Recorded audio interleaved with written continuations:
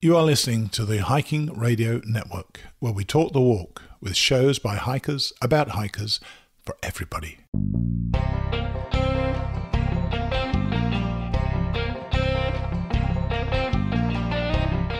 This is the Hammock Hangers Podcast, where we hang out and talk about everything from hammocks and hammock camping to the group hangs from around the country.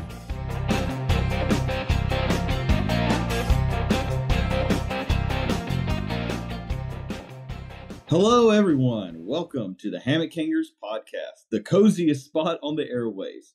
We are your go-to source for all things hammock related, from laid-back tales to finding the perfect hang. So, grab yourself a drink, kick back in your favorite hammock, and let's swing into some awesome conversation. This is where relaxation meets conversation, and it's going to be one comfy ride. So let's get into it. As you can probably tell, everyone, I am not Paul. Paul is not with us this week. I will be driving solo. Paul had some last-minute changes with his work schedule and won't be able to make it this week. But I'm AJ, also known as Pheonix, and we're going to have him back in the next couple episodes. And that is if I don't burn this bus down in one fell swoop. However, that's going to be a tall order to do because we have an amazing guest this week. A very special guest that I've been waiting to have on this podcast since we started this crazy ride over a year ago. I've been watching his YouTube videos for years, and I'm a longtime subscriber for his popular YouTube channel. I've enjoyed following along on his many hiking adventures, exploration of camp coffee brewing, and may or may not have been slightly, let us say, inspired to buy a few purchasing choices based off his well-articulated and informative gear reviews throughout the year. So let's welcome Mark Orton from Spiguyver Backpacking. Welcome, Mark. Hey AJ, thanks for having me. It's really good to get to be on here and talk to another group and be able to get out in front of another audience. The people that are listening to your podcast are maybe not as familiar with my channel. I don't have as big a following as some of the others out there, so maybe this will help get me out there. I think you are possibly one of my I would say top 5 videos for hammock related content. Everybody knows Shug, and then I think everybody's a second tier to Shug. It's kind of a hard thing to think, but I really loved when I was getting into hammock camping. I remember a lot of your videos, and you were one of the first person to do kind of a comparison between the Dutchware Chameleon, the Blackbird XLC, and the Dream Hammock Sparrow. And at the time, I was looking to purchasing one or maybe more of them. I have since, well, let's just say I have all three in at least one capacity. But your video was so informative, and your videos throughout the year on gear reviews has been really articulated. It's not kind of a sales pitch. It's really the pros and cons. And so as far as the community, I appreciate your donation of your time and experience to helping us lighten our wallets slightly. That's my pleasure.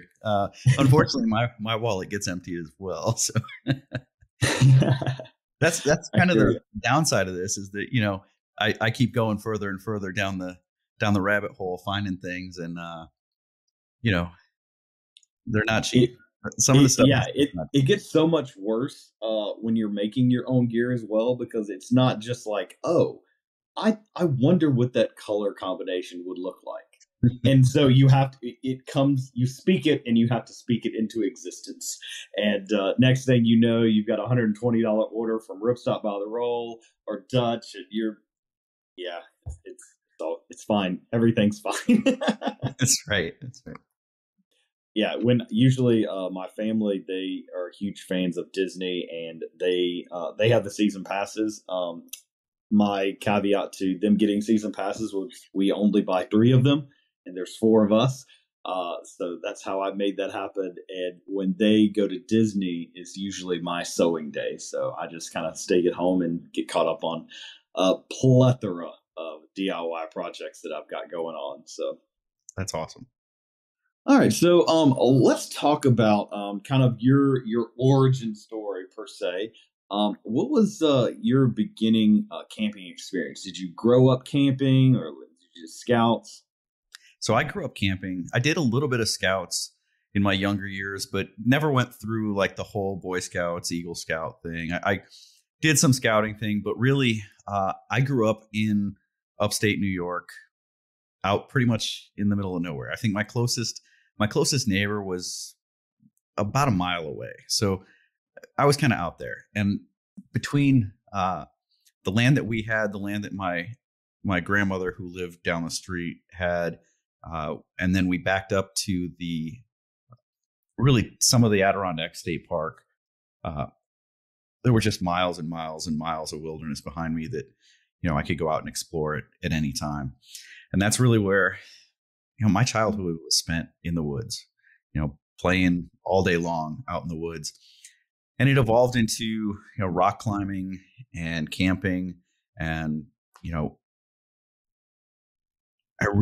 when I joined the military was when I got stationed out in California.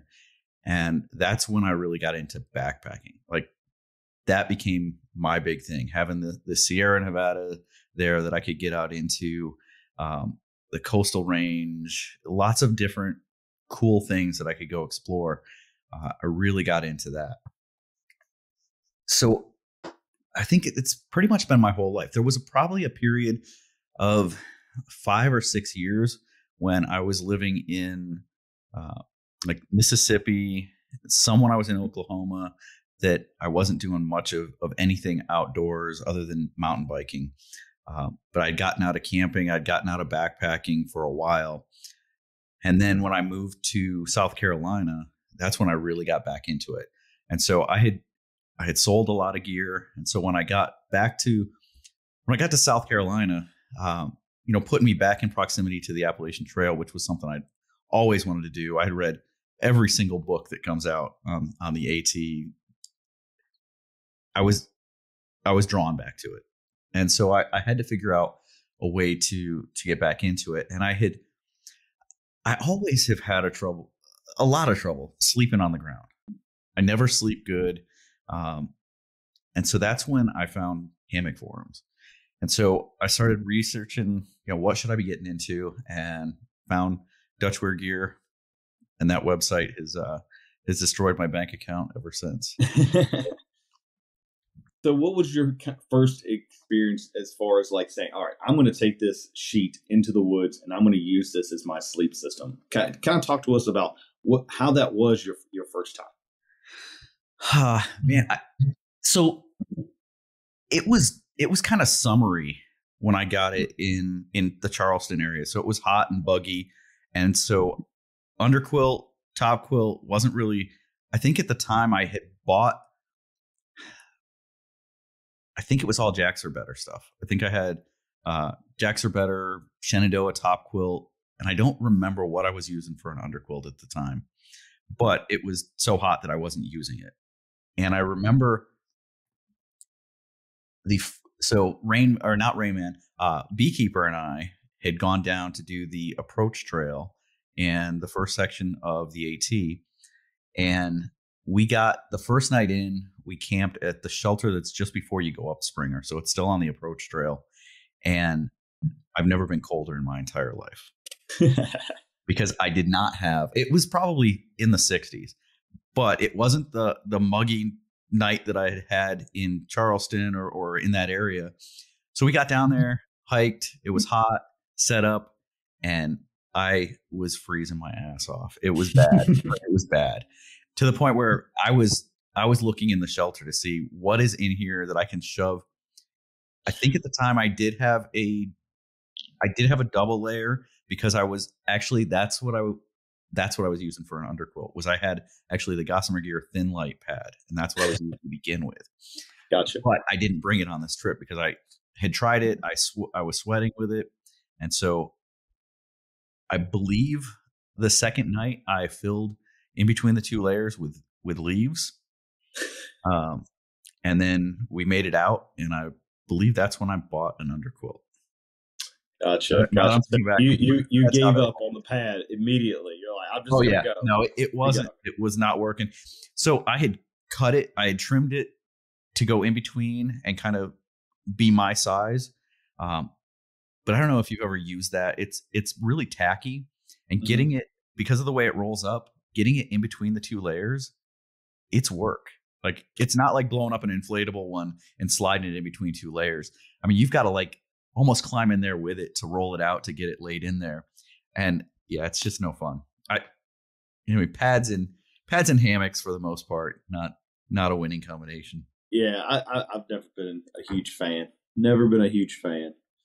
Oh my goodness. Yeah, I was really surprised being in Florida when I first started getting into hammock camping. I was a very warm sleeper, so I said, "Oh well, it's Florida. It never gets cold here.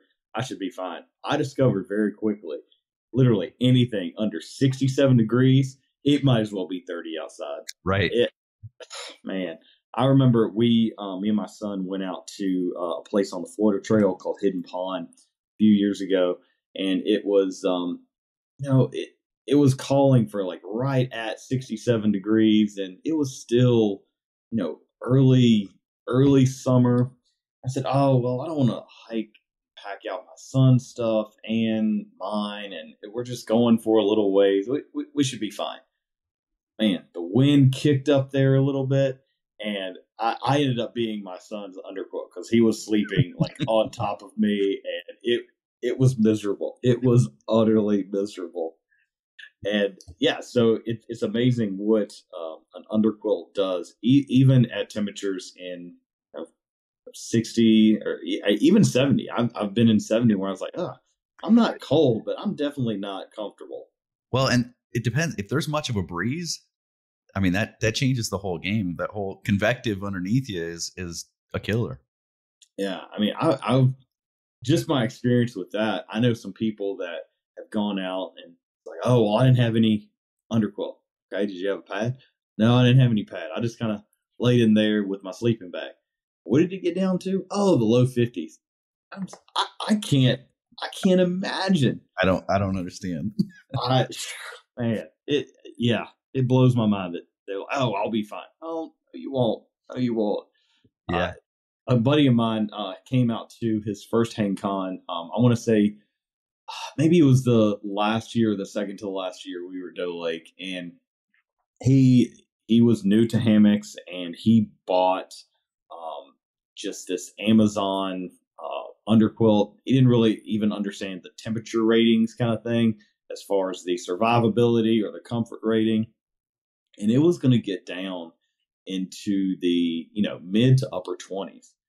And I looked at him and I say, "Dude, you're gonna die." I mean, that's bad. Yeah. So yeah. All right. Well, let's talk about Spiguyver. Where did the term Spiguyver come from? Is there a cool story behind that?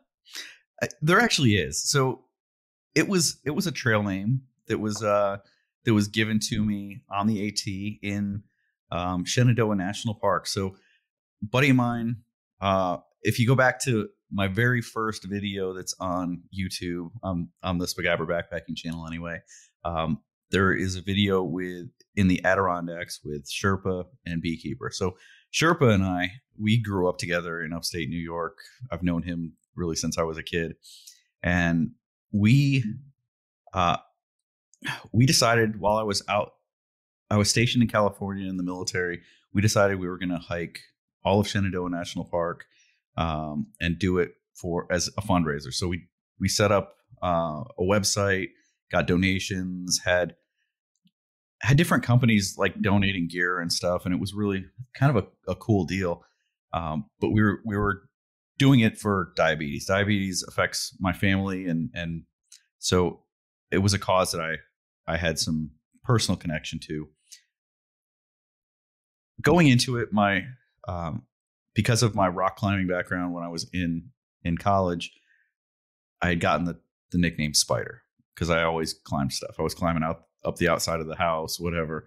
And so Spider was the name. And then we were in Shenandoah and we were at one of the shelters, and the shelter was full of people, and went to go put it was a pocket rocket, the original pocket rocket, onto my canister, and something had happened and it wasn't making contact. So it wasn't actually getting any gas. And so I started messing with it. I went out behind the shelter so that if it blew up, I wasn't going to hurt anybody, and was like shoving stuff in it, smashing it on rocks, and I got it to work. And so, I had MacGyvered it. And so Spider, MacGyver got smashed together. And the next morning, I was told that I'm now Spiguyver. And so that's gotcha. That's the inception. Oh, awesome. So you have a fun trail name, not like some of our other guests that have had some catastrophic thing happen. Yes. Yeah. All right. So I followed you for years, and I've watched a lot of your trips. And I've said, like, some of my favorite ones. I love the current ones that you're doing on the AT. My father-in-law is currently in the process of planning another section hike on the AT in the coming weeks.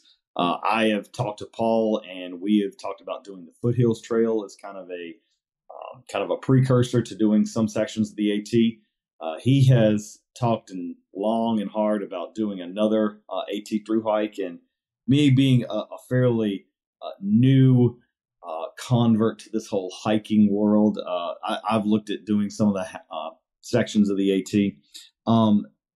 I really enjoyed your hike in the Presidential Range. That seemed it. I know a lot of YouTube videos that you watch from yourself or other people. They make hiking on the trail look so relaxing. So anyone could do this. The camera angles, that doesn't look steep at all. However, your trip on the Presidential Range, you looked out. I was in pain. I was in a lot of pain. Like, I hurt my knee on that one, and it was a struggle. It was a struggle from, I think it was day 2 that I hurt myself.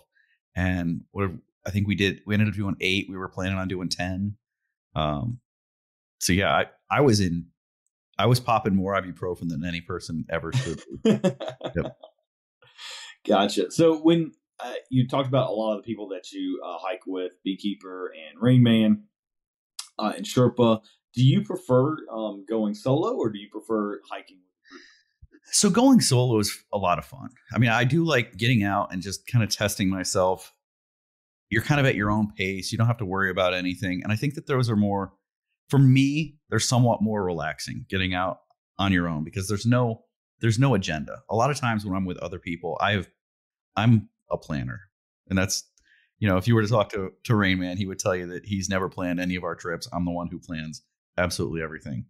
And sometimes when I go out solo, I still have a plan, but most of the time, especially recently, I've been really trying to get away from that, trying to relax a little bit more and enjoy just what I'm doing rather than crushing miles. But I will say that, the last year, I have really not done many hikes with anybody else. I've done a lot of solo stuff over the last year since moving back out here to the East Coast. And I'm back to wanting to get out with people again. It's once you get to camp, it's a whole lot less boring when you've got someone to talk to or someone to say, hey, did you see this? Did you, like I came across the bears the other day, and it was kind of like, that's really cool. It'd be cool if I had someone here to share that with, because that was pretty awesome. Now, when you do your recording on the trail, do you think that helps? I know it's not an actual person, but you're kind of telling the story to an imaginary audience that will eventually become a real audience. Yeah, no, it definitely does. And it's done a couple of things for me too. It has helped me. I think I see the trail differently than I used to, because now my eyes are more open, and I'm looking for those things to shoot, to tell the story. So I think that I've got a better appreciation for the subtle things, the things that I would have walked past before and probably not even noticed. The salamanders on the side of the trail that I probably would have walked past every other time. I was purposely looking for them and trying to get shots of them. Or the different colored mushrooms or whatever it happens to be during the time that I'm out there. especially if you go back 5-6 years, 25-mile days, just trying to get somewhere. I wasn't really doing a lot of the setting up shots, looking for cool areas to walk through. So I think I see things differently now. Gotcha. I can totally appreciate that. To maybe the chagrin of the rest of my family, I am a much more micro focused when we're out on our trips. And my wife gives me a hard time. She said, from our entire trip, you don't have any pictures of us or your family or you. You have pictures of like this acorn or like this leaf, or it's like, I like to see kind of the micro pictures of everything. And I kind of get into just how the tree sap runs off the pine tree, or why does this knot? This is a really cool knot in the wood. Knots can be extremely cool. Or like this rock formation, or the way the colors are shooting off here. But I can definitely appreciate the micro vision of everything. So what do you think is your greatest challenge recording on the trail? How has that maybe negatively affected a trip? So, like when I'm with other people, it's that, like Rain Man. I love hiking with him. We hike about the same pace. We've got the same like pain tolerance threshold of when done is done. But there are definitely times where it's like head down, moving, and I'm now miles behind because I'm stopping to shoot things. And so it becomes a I'll see you at camp type deal. Rather than actually hiking with someone. And so you end up getting lost a little bit in it at times. I think that's probably the biggest one, is just that. And for me, I don't enjoy shooting and talking in front of other people. So like the guys that I hike with frequently, it's fine because they know me. But even like at hangs, I have a hard time narrating or talking in front of other people. Yeah, I can relate to that. Like, I give Paul a hard time. He's like, "Oh, have you listened to this? The episode that we did?" Yeah, I was like, "No, I have. I don't. I know what I said." It's like, for me, I don't read a book that I've read again. It's odd being I was a theater major. I've always been performance art based. I played in music. I can't stand the sound of my own voice. So because it sounds so much different than I would imagine in my head. So even when I do, I'm like, oh, that's how I sound. But I can relate to that as well. Okay. So when we're looking at your trips, what has been I would say, I don't want to say like a top 5, but maybe a top 3. What are some trips that you go back and it's like, oh man, if I could do a trip again, that would be the trip? So there's one. I mean, there's an obvious one that sticks out as one that I've got unfinished business with, which was the Tahoe Rim Trail. I mean, having to come off of the trail because of the fires really kind of left it unfinished and kind of sucks. And then there's the whole question: well, do you go back and just finish what you didn't finish, or do you go back and do the whole thing again? Gotcha. And I mean, it's a time commitment. It's kind of one of those things that I'm pretty much sold that if I'm going to do it, I'm going to do the whole thing again. But planning wise, how do I predict when there's going to be bad wildfires out there, or a season where there's not 50 feet of snow that has to melt, and so the season to actually hike is 2 weeks? I mean, this year was a crazy year for that area, just with the amount of snow.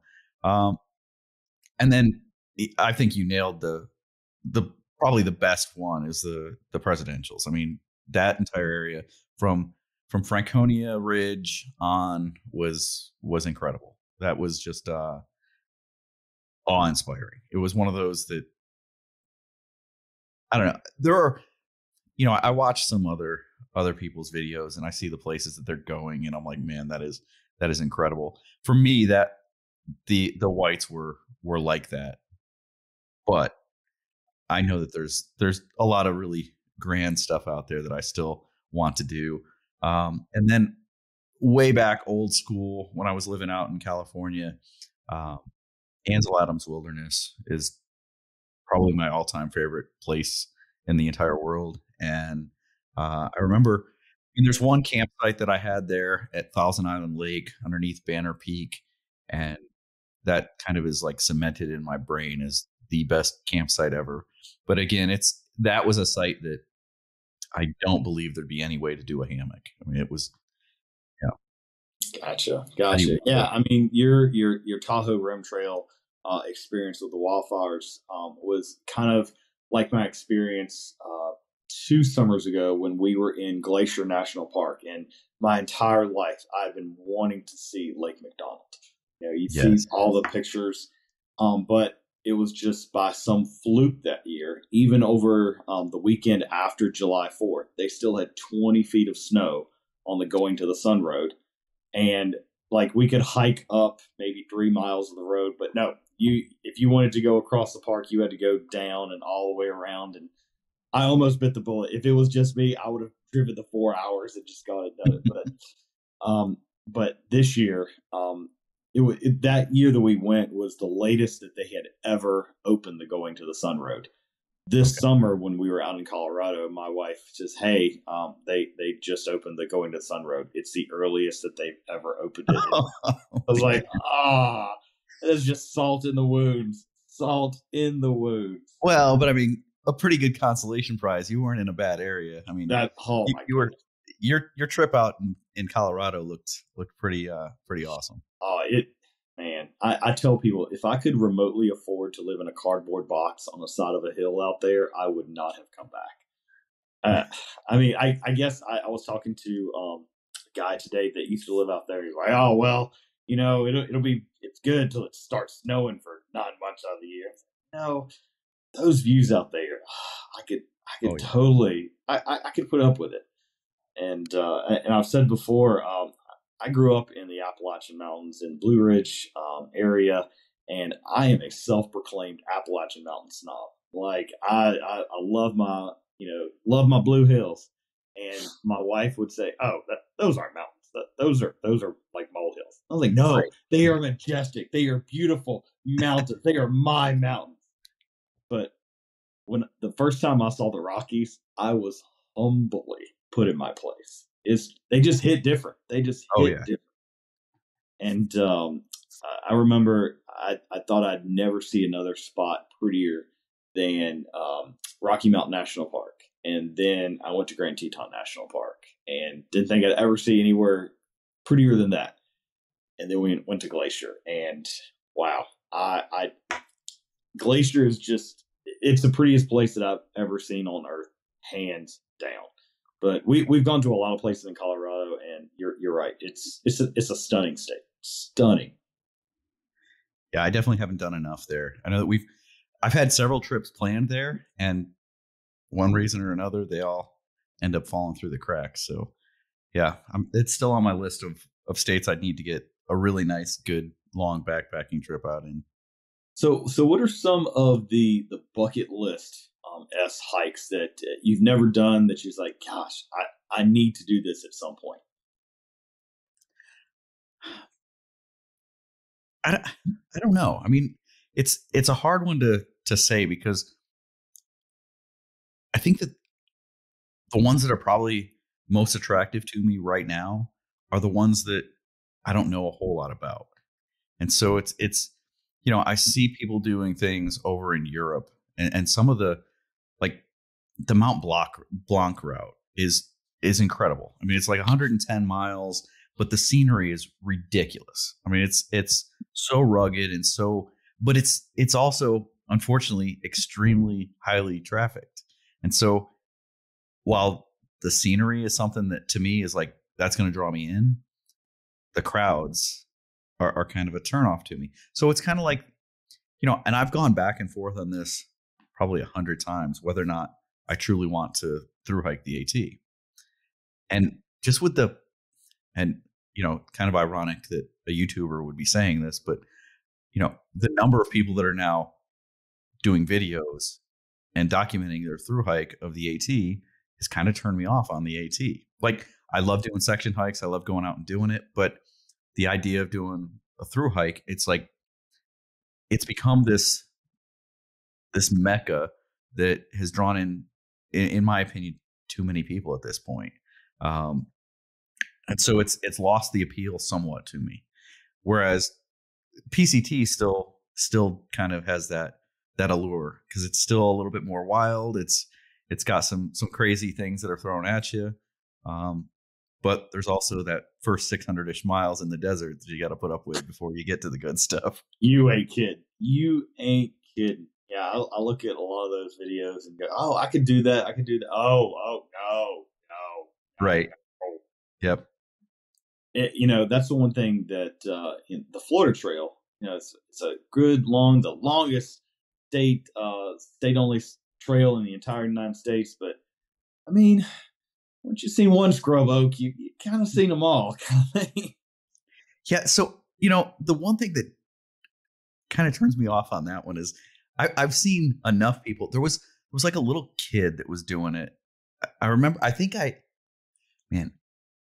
don't remember where I met him and his mom, but they were putting together like a kit for him to go out and do this, and they were looking for sponsors and stuff. And so it honestly may have been at one of the hang cons several years back. But so I was following them, and there were sections where he was chest deep going through. He's on the trail, but chest deep in water for miles at a time. And I was like, no, there's gators down there. Yeah, no. There's gators. Uh-huh. Yep. Yeah. Not growing up in Florida, we had an event where we were doing something with a bunch of high school kids, and we were in the water, and we called for dinner, and they're all getting out, and I'm just moving my way over to the dock. And I felt something very extremely large brush against my leg. Well, me not being from Florida, my first thought is Lake Placid. I am about to be eaten by some prehistoric dinosaur. And so I lose all adult verbal filter, and it's just explicitive. I'm flailing like crazy. And here I see this group of high schoolers just laughing their butts off on the dock, and I'm like, I'm about to die. Why are you laughing at me? They're like, it's a manatee. It's a manatee in the cub. So a very large manatee attacked me. I am sticking with that story, and that's the hill that I will die on. I was attacked by a manatee. But yeah, I mean, there's some scary, and you see stuff on YouTube, but the size of some of these gators and pythons and all that stuff. Florida is like the Australia of the United States. It is scary. It is scary. But yeah, like some of the southern parts of hiking through the swamps and stuff like that. Not to mention the bugs, because the pterodactyl sized mosquitoes that we have here, and the no-see-ums that are the gnat demon love child with the mosquito. Yeah. So going back to your trips, and you've gone on quite a few. So one of the questions that Paul and I like to ask, so what would be your scariest night in a hammock or out in the woods, and why? So I don't know. That's a good one. I mean, I've had a few like animal encounter incident things, but probably the scariest actually probably doesn't involve what you might think for the scariest. I've told this story before. I don't know. Some people may have heard this or know this one, but this was in South Carolina. It was off of the Palmetto Trail. I don't remember which park it was. It was one of the parks. I'd gone with my middle son, and we were out. This was his first time in a hammock in the woods. He'd slept in the backyard. Everything was good. He was fine with it. So we went out and got set up. We weren't right next to each other just because of the way the trees were set up. He was probably 20 to 30 feet away from me. So probably not the smartest place for me to have him set up. But at the time, there was a period there, and I don't now, and I haven't for a long time, but I was sleeping every night with earplugs in. I can see where this is becoming. So earplugs go in, I'm out, took my Benadryl, I'm out. And sometime in the middle of the night, nearby, there was a pack of coyotes. And my son freaked out. Like, freaked out so bad, he was screaming for me. He was scared to get out of the hammock. I had earplugs. Didn't hear a thing. He called my wife. Oh, no. Under Mom. the bus. He called Mom at home. And so scariest was actually going home to my wife after he had called and ratted me out on that one. So, oh man, yeah, he was legitimately freaked out, thinking that some wild animals were coming to eat him, and I was unresponsive. So they probably already had eaten me at that point. That's the things were going through his mind, and so, yeah, not the smartest of moves, and so for those of you out there listening that are going to take your kids out for the first time, set up close by, don't wear earplugs, and take their phone away. Sink or swim, kids. Sink or swim. Right. That's great. Yeah. I can imagine the drive going back and just that awkward silence. You just turn the truck off and go, sit out here. Drop the kid off. Can I just leave again? How long will this kind of boil over? Oh, Lordy. Well, you've recently had, I don't want to say, you've called it a medical scare, and with something called rhabdo. I'm going to let you use the actual term because I had a hard time saying it. And tell us a little bit about that and maybe how that has recently affected your outdoor life. Yeah, so I did. I had a bit of a scare, and the way that it came about for me, I probably had it a week or so prior to when it all kind of culminated. So it's called rhabdomyolysis. Rhabdo is a whole lot easier to say, so that's kind of what what it goes by. So I had been out on a hike a week prior. So this all went down on a Monday morning, but a week prior to that, I had gone out. I was in Harriman State Park, just up in New York. It's like an hour away from me. It's kind of my go-to spot right now. It's got like 200 plus miles of trails. They're all rugged and tough. So I was out there, and there's a video. I did a video on that trip, and it was one where I wasn't feeling myself. I was cramping up, which I don't normally cramp up. And so I thought, well, it's just because I'm dehydrated. I've done something wrong. But there were probably 5 miles of the day that I was fighting really hard to get to where I wanted to go. And I got there, and I didn't sleep well because I was cramping up all night long. Got back the next day, drank a lot of fluids, thought I was okay. The next day I went to the gym, worked out, and I was extremely sore after working out too. And that's not normal either. I mean, so right now I've got a couple of different things there that weren't normal. Rest of the week kind of goes fine. I think I skipped the gym the rest of the week, and that weekend I think I did stuff with the car. So I think I was out like doing drives or whatever rather than doing anything outdoors. Went to work Monday morning, and I had worked out Monday morning.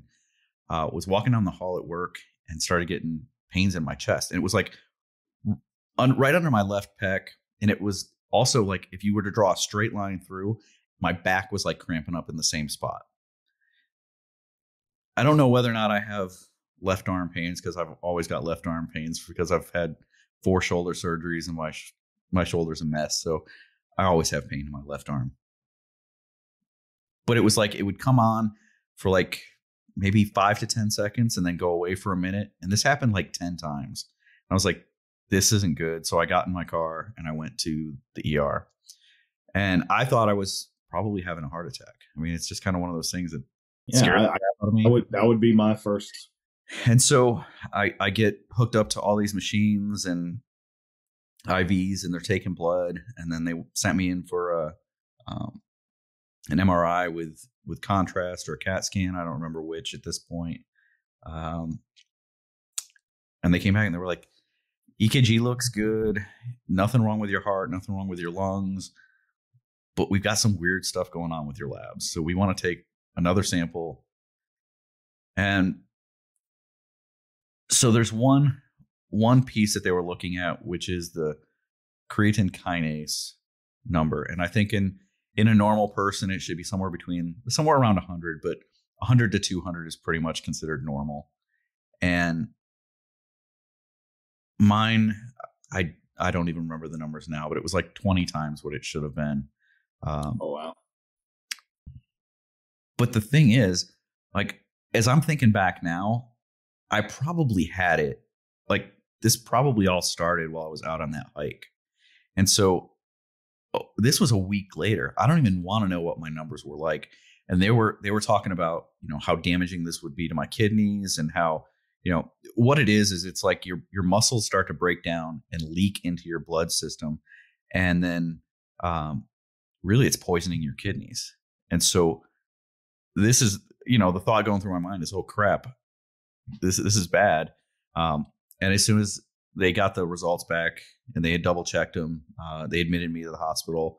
So I spent the night there getting IVs overnight. And I was released. I was still pretty high when I was released, but I was trending in the right direction. And then they, I've had to go back a couple of times and get blood work done and another EKG done, a couple of other tests just to make sure that everything is good. And I'm definitely trending in the right direction. The last blood test, I was still a little bit outside of the normal range, but close enough that they cleared me to do anything I need to. So I have gone out hiking. I've done another backpacking trip since then on the AT, but it did, I haven't been working out. It was like over a month that I didn't hit the gym, didn't walk, didn't do anything. And so not this past weekend, but the weekend prior, I was supposed to be in the Grand Canyon, and we were doing a rim to rim to rim, and I had to cancel that. Yeah, the crew still went, but I was left out. But I went and hung out at Maha last weekend and enjoyed my time there, getting out with a bunch of like-minded people and hanging out with a cool group. One of your previous guests, he and his wife were there, so Chris and Julie got to hang out with them a bit, and Greg and Jen from Sugarland got to hang out with them quite a bit. So yeah, good. I mean, Dutch, of course, and the whole crew there. And it's kind of one of those things that people that I've had that commented on my videos for years, see me there for the first time, and I it was nice to get to meet some of the people that I've communicated with through just comments and responses on videos. Right. And I had some really good conversations.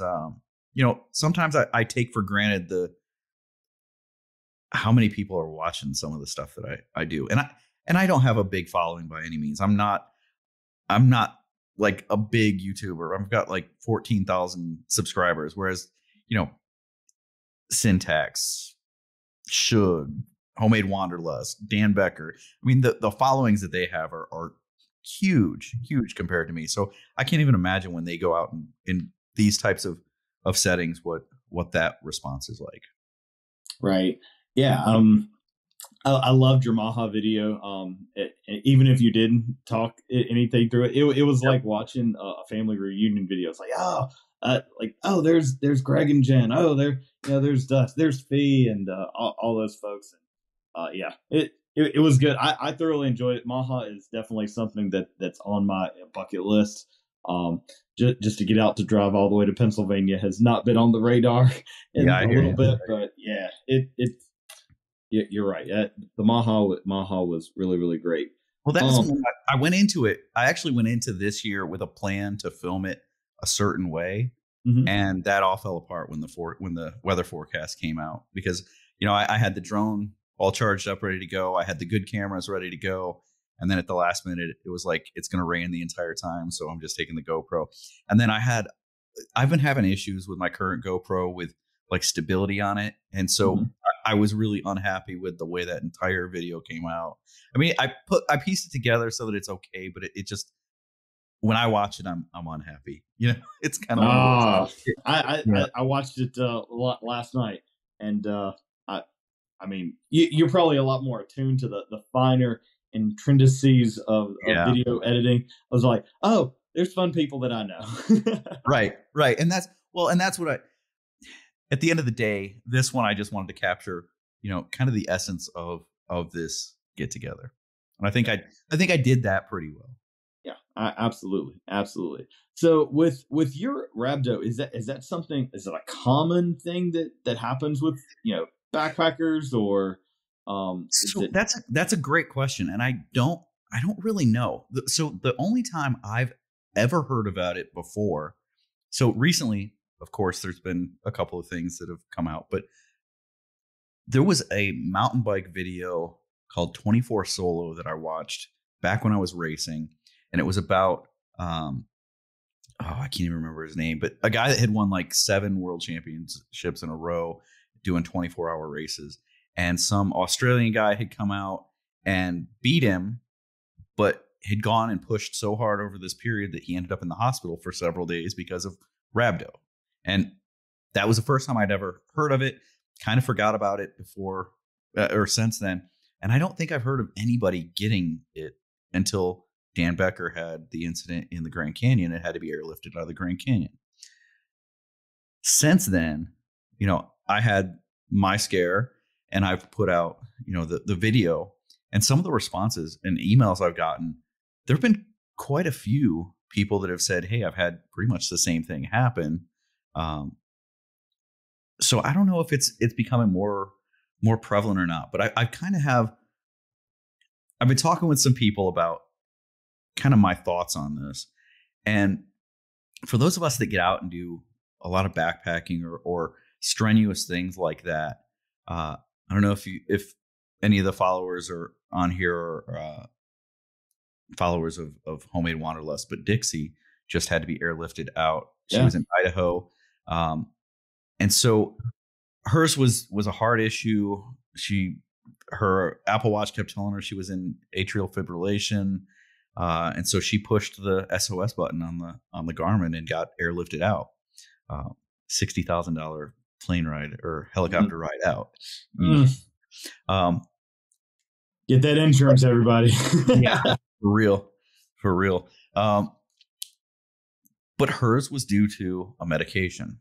Most likely mine has a piece from a medication. So statins, which if you're on cholesterol or blood pressure medication, a lot of those are statins. There is definitely a connection between statins and rhabdo. And I have talked with Dan, and there may be some similar connections there. And so what I'm kind of thinking is that those of us that get out and do these things, I don't know that our everyday family practitioner, general medicine person is the right person to be prescribing us drugs. I think that maybe we need to be talking to some sports specialists that can assess whether or not these are the right things for us. I don't know. Maybe I'm crazy. Maybe I'm out of my mind, but I'm kind of thinking that that's where I'm leaning towards, is going to talk with someone that's more of a specialist in people that push their bodies. Yeah, absolutely. I would think, you know, you're kind of the exception, not the rule, as far as the level of physical activity that you do. I mean, I can't think of too many people that on a regular basis are looking to, you know, even pound out 10 miles a day on a weekend, not to mention, you know, some of these crazy people that do 30 miles or 35 miles in a day. Yeah. That physical, it's crazy that like your thing happened, and then thing with Dan and Homemade Wanderlust Dixie and her, it just seemed like, oh, what is happening to all these YouTubers? Who's next? Yeah, right. Not Shug. We need to protect Shug at all costs. Oh Lordy. So with you know, you talked about your issues with your shoulder. And with this current thing, that's kind of like affected your gear loadout a little bit. I know back in your early days of your videos, you were all about the ultralight, and now you're more of an ultra comfort. Even getting a backpacking chair as well. Ooh, yeah, that might have been gone. That might have gone over the edge a little bit. But yeah, no, you're absolutely right. I mean, it has been an evolution for me, and while I still have a lot of ultralight things, and I think I prefer a lot of the ultralight stuff. I mean, I like to go as simple and as light as possible. The less it's on my back, the more happy I am when I'm hiking. But there's also that piece that I think that if you neglect sleep, I think that's going to hurt you worse than anything. And so, yeah, I have absolutely changed what I sleep in.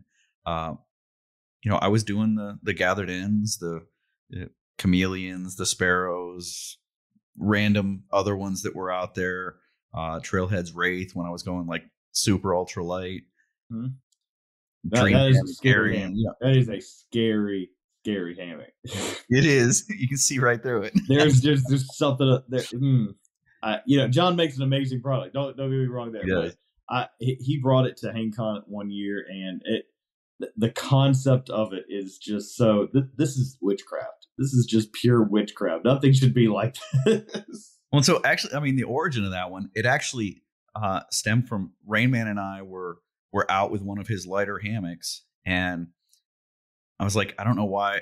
I don't need a zipper on both sides. I actually don't need a full zipper. Like a 3/4 zip would be fine. And actually, we could shorten this to 10.5 feet. So we talked with John, and that's honestly, that is where it came from. Was a trip that I was out on, and we just kind of were like, all right, could you do one like this? And it kind of blossomed from there, and it's been a hit. But yeah, it is light and a little bit light, Yeah. But yeah, I have definitely changed from that. So the biggest thing for me is, like I've said, the shoulder issues. The shoulder squeeze in a gathered end hammock has just gotten to the point where I don't sleep well. It's almost back to like when I was on the ground sleeping in tents, and I just don't sleep all that well. It's gotten back to that even in a gathered end, which kind of sucks because gathered ends are pretty light and should be comfortable. Yeah.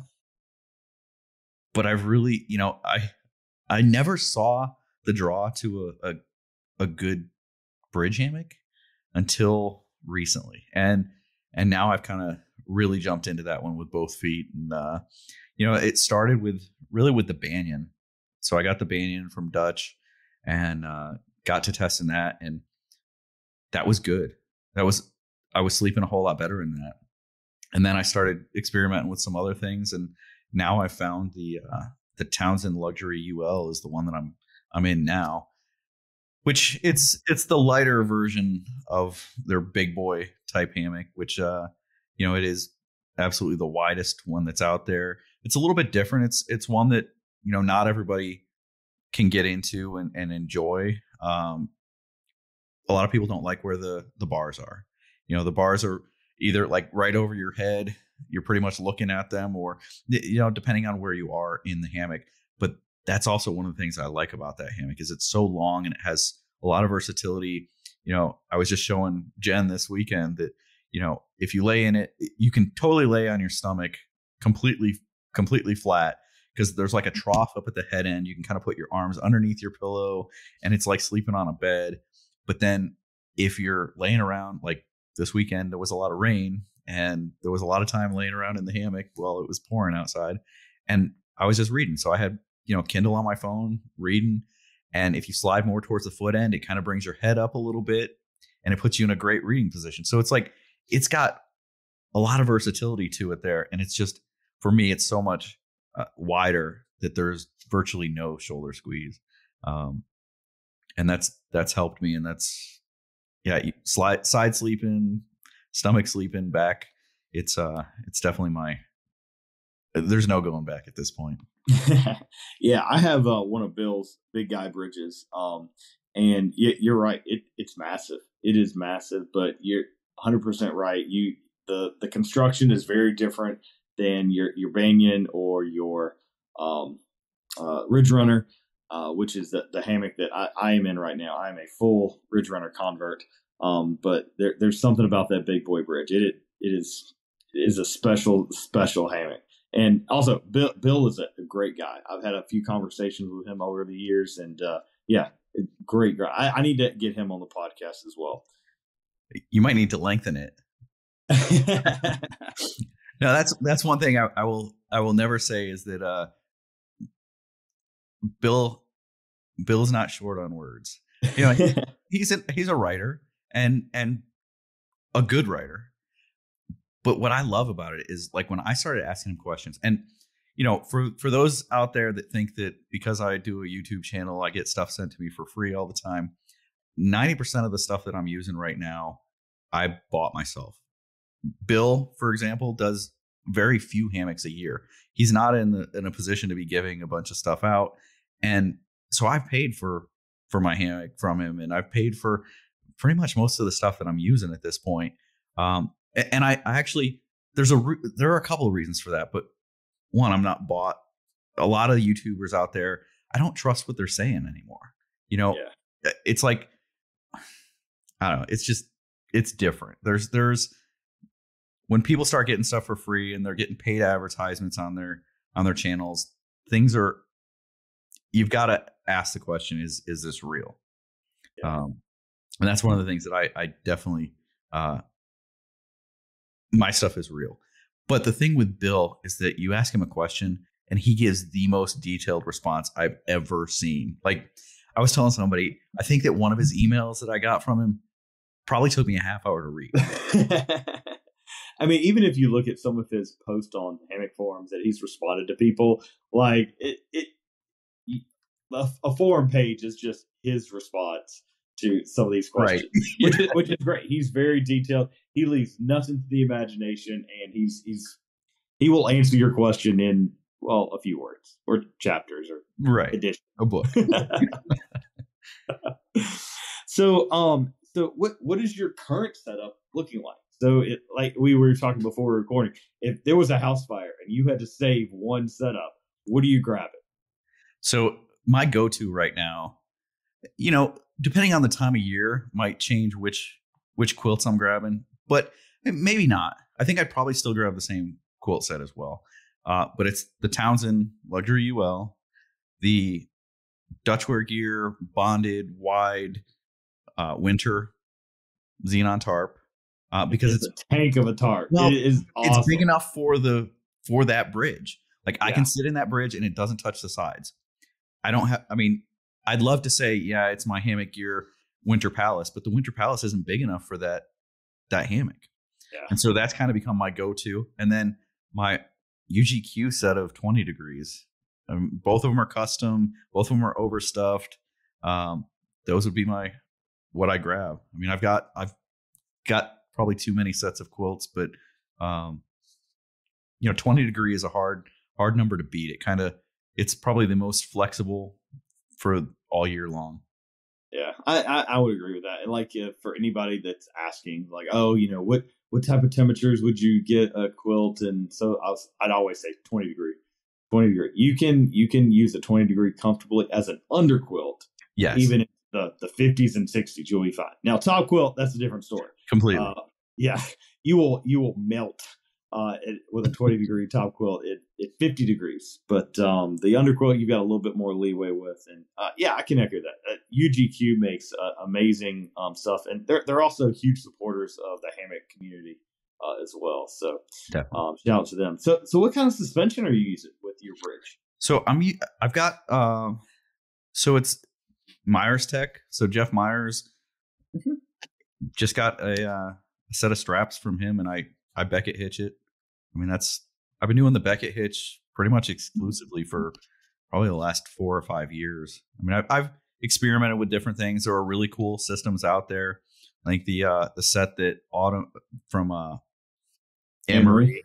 Her set is awesome. Probably one of the best cinch buckle type setups that's out there.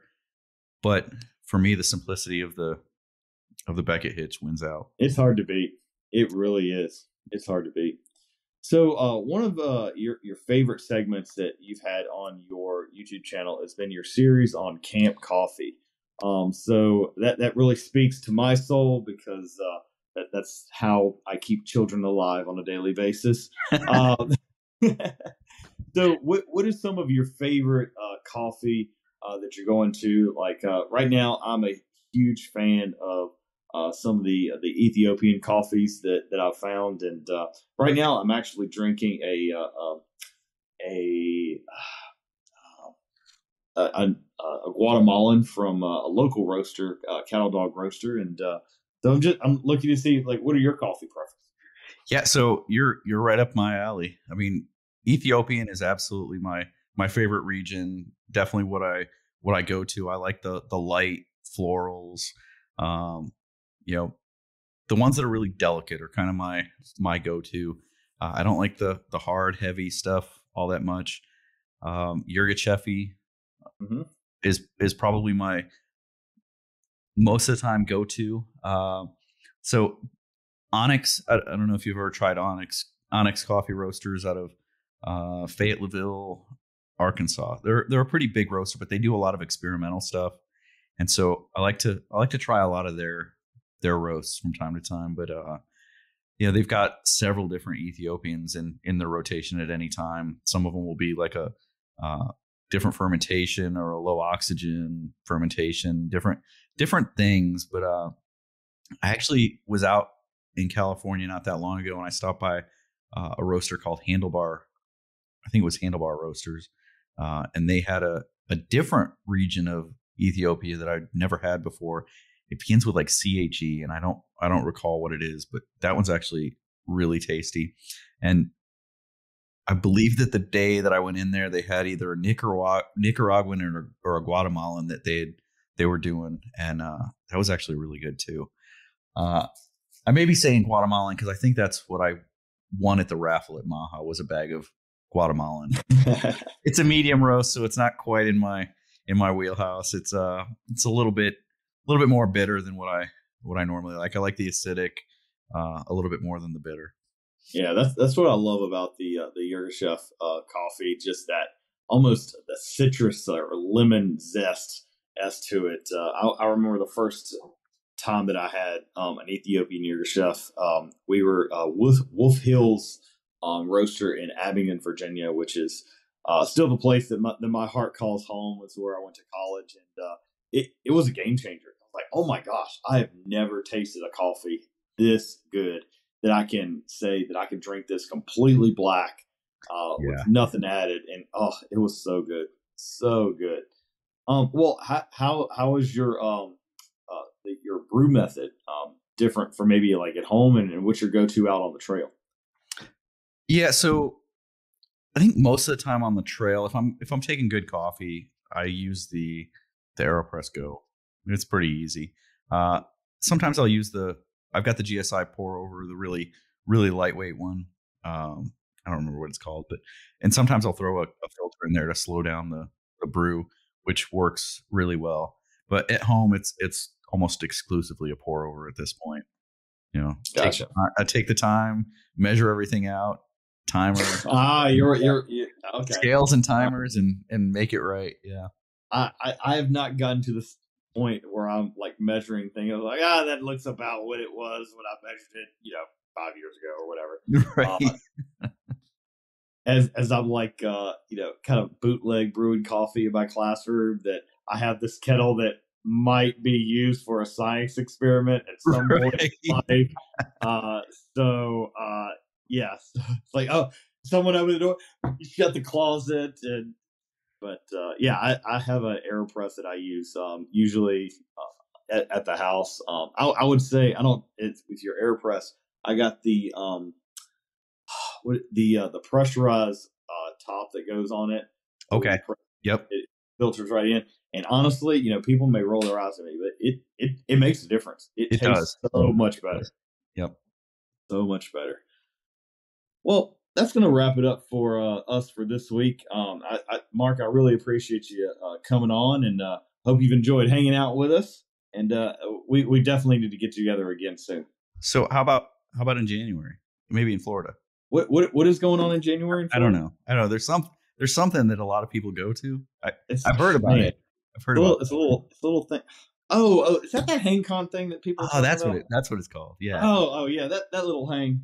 Yeah, we would love to have you out at hang con.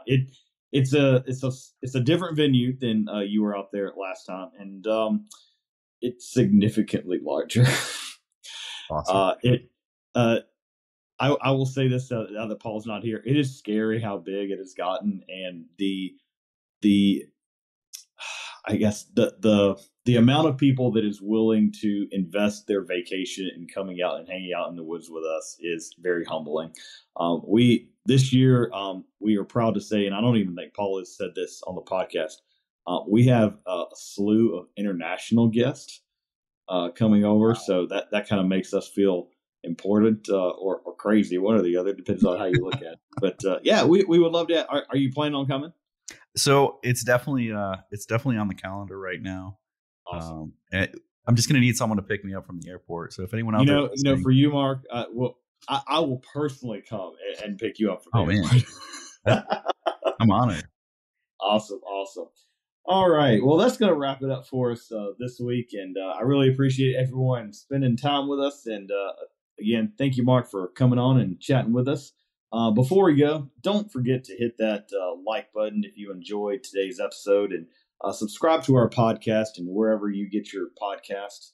And that really helps the podcast get the message out, and it keeps you informed of everything in the hammock camping world. And it keeps you hanging on the edge of your seat. Also, stay connected with us on our social media, and to keep the hammock conversations going, to share your own hammock adventures, and to stay updated on all things hammock related. You can find us on Facebook, Instagram, and YouTube. Just do a search for the Hammock Hangers Podcast. Thanks for tuning in, Hangers. Until next time, may your hammocks be cozy, your views breathtaking, and your relaxation uninterrupted. Happy hanging, everybody.